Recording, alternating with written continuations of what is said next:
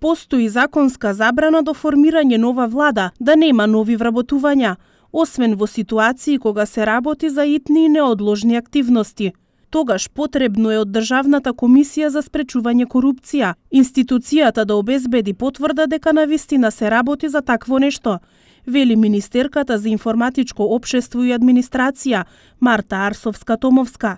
Таа додаде дека овој период имало ангажирање само на сезонски работници. Постои, законска забрана до формирање на нова влада да има нови вработувања, освен во ситуации кога се работи за итни и неодложни активности, при што потребна институцијата да обезбеди потврда дека навистина се работи за итни и неодложни ангажирања од страна на Државната комисија за спречување на корупција.